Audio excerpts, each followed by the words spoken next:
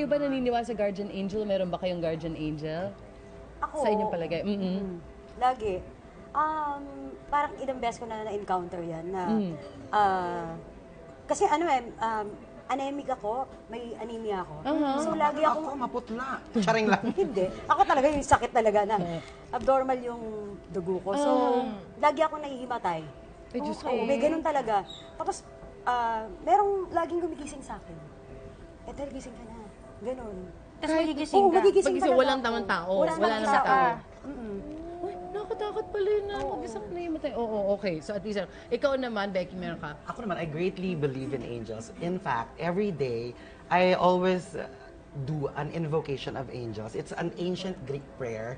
And parang, ano siya, you call upon the angels. And inuulit-ulit ko yun like hanggat kaya ko, mga 40 times, 50 times, morning, every day, pagigising ko. Before I Sino start the nagturo day. sa'yo niyan? I just saw it online before. And then when I started praying it, parang everything aligned. Na nakapasok ako ng showbiz na hindi ko ina-expect. And then, basta madaming mga pangyayari sa buhay ko Maganda. Nag-improve. Ikaw naman, Chubbs. Since bata ako, okay naman, naniniwala din ako sa gano'n. Pero, ano lang siya, hindi sa gano'n. Kumbaga, basta... Hindi mo sila naiisip Ako naman naiisip. talaga. Hindi mo siya nila Hindi ko siya naaalala. masyadong inaano. Basta, bago matulog, kung gusto kong pasalamat, mag-thank you, gano'n lang. Sa lahat ng mga bagay. Pero, definitely na, talagang hindi ko masyadong feel na sobra-sobra na. Okay, ayan. Ito. Kay Sir Noel, gaano katotoo that these signs are actually indications that your guardian angels are nearby? Ano nga ba yung mga signs na yan? Yeah, yung una yung unexpected abundance, no? Yung katindi na sinasabi niya, na bigla na lang darating. Kuminsan, ang feeling natin, kunyari may sakit ka, no? Kailangan mo ng, wala kang pambayad. And then, yung iba nagdadasal o nandiyan na yung worry masyado, and then sasabihin nila, o sige, ipasa Diyos ko na to. No? And then suddenly, may biglang lalapit sa'yo, sabi niya, ito kailangan mo, ito parang gamot, ito yata yung reseta na yan, o sige, ito na yung gamitin mo. Parang matutuwa, parang ba't sakto? Paano nangyari ito? Yan. Ang tawag natin parang seeming coincidence siya, pero ang tawag namin doon, synchronicity. It's like everything is synchronized.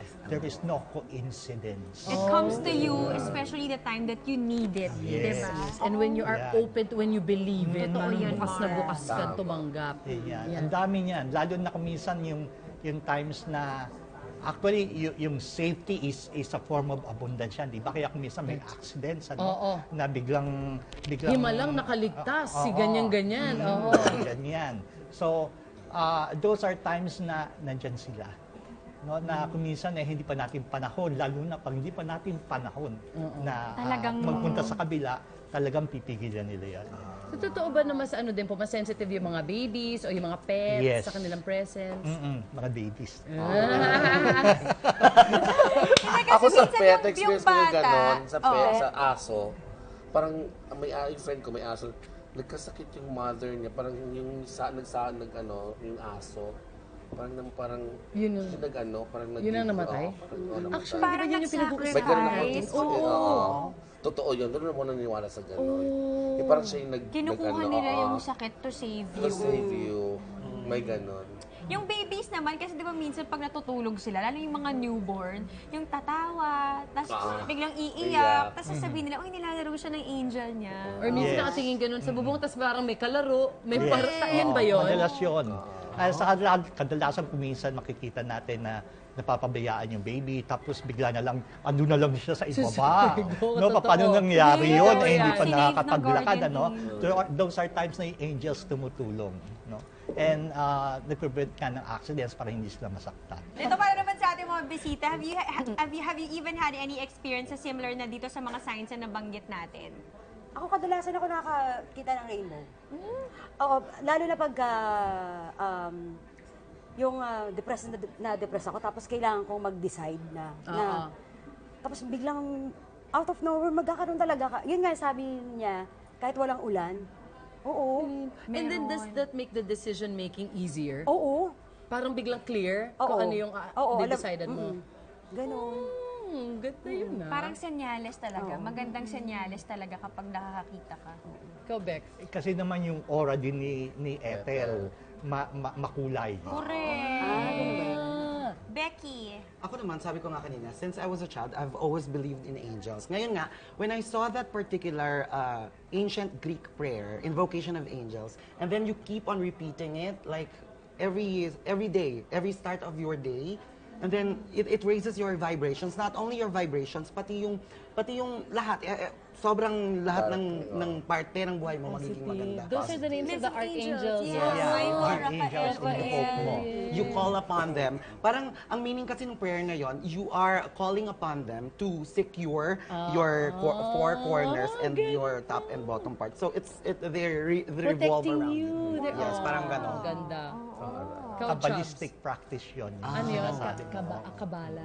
Okay. Ikaw, Chubbs. Basta ako ano lang, lahat naman ng hinihiling ko, pinapakinggan naman. Kung kita na medyo marami kang gustong ano sa buhay, alam mo pinagdadaanan, di ba? Always ask guidance, ganon.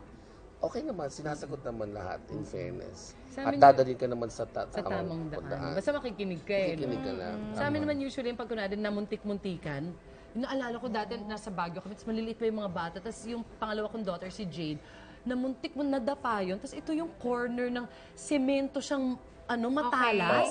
Tapos yung kita mo, parang gahibla lang talaga yung diferensya ng ulo niya dun sa hindi pa ganun talaga kami kasi talagang tumigil yung mga puso namin kasi talagang from your point of view, parang tumama siya. Pero parang, bakit buti wala? Ganyan. Tapos yun inanam, kung binabantay ng mga anghel talaga to. Parang gano'n. Yes, tama yun. And that's why we're always protected. Ang kailangan lang talaga i-open natin yung sarili natin sa vibrations. Kasi madalas, pag naka-focus tayo sa ating mga negative emotions, bumabagsak yung ating vibrations. Ano ba yung mga stones na nakakatulong? Eto, What do they do? Ang pinaka-common, tinatawag natin seraphonite. No? Yan, seraphonite. Kaya kita nyo parang may feather siya sa loob. Oo, may feathers yun sa loob siya. So mataas ang vibration niya. And then ito, Citrine? Penakite. Penakite. Isa siya sa pinakamahal na kristal. Penakite mahal. Pangano po ito?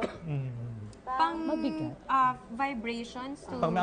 Pag matagal mong pinakiramdaman mo, makita mo, mamamanhid na yung kamay mo is because sa lakas ng vibrations.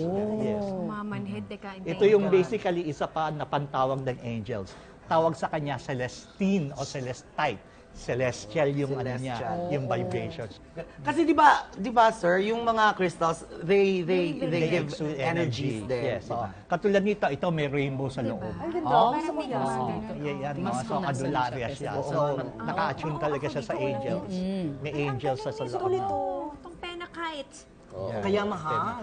May keme. Hindi kasi tinry namin siyang i-ganon, may manhid factor eh. Oo. Pero syempre, you really have to Babibrate focus siya. to feel it. Yes, diba? Kasi di ba, may specialties yung mga crystals, if I'm not Yes. mistaken. There's a crystal na binigay po sa akin before.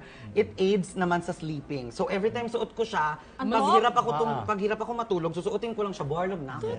May ganun Ito, talaga yung crystals. this one is for abundance. So, lahat ng gustong magkaroon na abundance, hawakan nyo na. Ayan. Ay, teka lang. Abundance angel. Amin po. Nasa na. Wala, napinainan niya. Inaano ni Chobilit? Ano ba niya, Chobilit? Ay, luwa mo yan! Ang tawag doon is, aqua aura. Dito nga, kleptomite. Ngayon, ngayon din, Chobilit na kleptomite. yeah. Ito para sa fertility, for angels of fertility. No? Sa creativity. Yan po. Hindi ko kailangan. Teka lang, ate. Ayoko, hindi pa ako ready. Charot! Nilakaw, ayoko. Fertility, ayaw mo, ate. Ayan, bahawa ko mo yun. Ayoko, dali ko lang yung mga Abundance to. Abundance yung hawak mo. Bilangin nyo yan, baka mamaya Ay, hindi. Ito pala yung Yan yung fertility. fertility. Sabi na kamali kami. Ito, Grabe naman, fertility dapat din. ganito yung- ayoko niya. Para nga. Kaya pala yung fertility. Yes.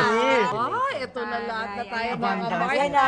Mayaman na tayo Kailangan ko na lahat. maraming abundance. Thank you so much, Noel. As Thank you very always. much din po. Where can people get in touch with you? Sa FB, Noel Resello po. Noel Resella. Yan. Ayan. Thank you. Ilagay natin sa mga bulsa, Naka-enjoy ganun. kami.